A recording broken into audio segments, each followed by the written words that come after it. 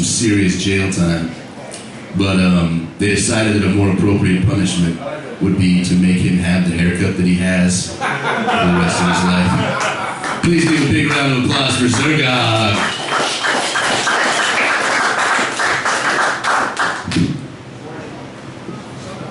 Okay, he wants to talk about my hair, huh? Let's talk about my hair. I used to have really long hair, and I know what you're thinking. I lost a bet. No. I lost my freaking mind! What was I thinking? Oh, midlife crisis. I know, I'll shave the sides of my head. Yeah, that'll look good. What am I supposed to tell people? Oh yeah, my mom did the wild thing with a rooster. Oh, hi there, foghorn leghorn. I mean, Dad. Okay, I want to know, where are my pot smokers out here? Go on, where's my pot smokers out here? Yeah, I know it. I'm actually not really a comic, I'm DEA. I'm kidding, a comic can't be DEA. Or can he? No, he can't. You know, I used to smoke pot too. A long time ago, I used to smoke pot. And I used to have all the credentials, you know, for smoking pot. All the, you know, I had my pipe, my bong, rolling papers, Funyuns. I don't know why they call them Funyuns. They don't taste like onion and they're not fun. But I had to quit smoking pot because pot, it got too damn good. The last time I was at my pot dealer's house, he had a bag of weed and some heroin. I said, I'll take the heroin. I still got some shit to do today. Damn stuff got good. I grew up poor, okay? Now, when you grow up poor, you have to share clothes with your siblings.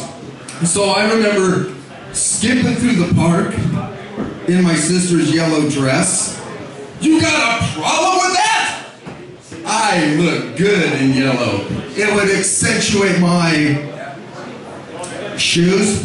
Yeah, but I also used to have to share clothes with my brother. We would walk to school together. Well, we had to because I was sharing his socks while he was wearing them. We used to call him Stinky Feet Joe. I used to get secondhand athlete's foot. God, I hate to think we used to share diapers. But I would ride the school bus sometimes. They'd let me ride in the back of the bus. Well, not inside the bus. They let me hang onto the bumper of the bus. Now, I didn't mind the exhaust fumes. It seemed to ease the pain as I would pass out ragdoll down the road in a carbon monoxide-induced coma. Yeah. I used to get chips every day for lunch at school. Chips every day for lunch, and they were free. They didn't come in a bag, but they did come in some really pretty colors. I just had to peel them off the wall. Happy good times. Now, when you grow up poor, it's really not that bad till you stop being poor, and then it all kicks in, and you're like, poor sucks. But the thrill for me was being on welfare and using food stamps. Foodies, we called them. They spent like cash, but you could only buy food. So as a kid, I never got the enjoyment of buying drugs, you know, aspirin, penicillin, and the always delightful medical emergency services, which I had to use a lot. Because as a kid, me and my friends, we would ride skateboards down really steep hills. Now, when I say down really steep hills, I mean down the sides of buildings. Now, keep in mind, skateboards do not have brakes. But being the intelligence of a 10-year-old, we figured a way to stop. You see, at the bottom of every building, there's this stuff called, cement. Yeah, you stop very quickly with cement. We would crash, hit the pavement, bust up our bodies so we could see what our spleen looked like. And I would come home to my father, my loving father. Dad, I broke my leg. walk it off. But Dad, I can see bone! Use the other leg. Now, I grew up in Portland, Oregon, and in Portland, Oregon, it is very, very cold. I never defrosted until I moved to California. I used to walk around with my balls up my ass, mistaking it for an igloo. My mom would say, "It's cold outside, put on a coat." Yeah, thanks a lot, Mom, for thinking things like, oh, I don't know, don't talk to strangers. You know, because if I was to get kidnapped, the only description my mother would give to the police is, "He was wearing his coat." You know, now that I think about it, my mom sounded a lot like Gilbert Gottfried. When I was 3 years old, I got hit by a car. My neighbor called up, "Yeah, your son's lying in the street, he's not moving, and we think he's dead." Well, was he wearing his coat? Crazy, crazy stuff.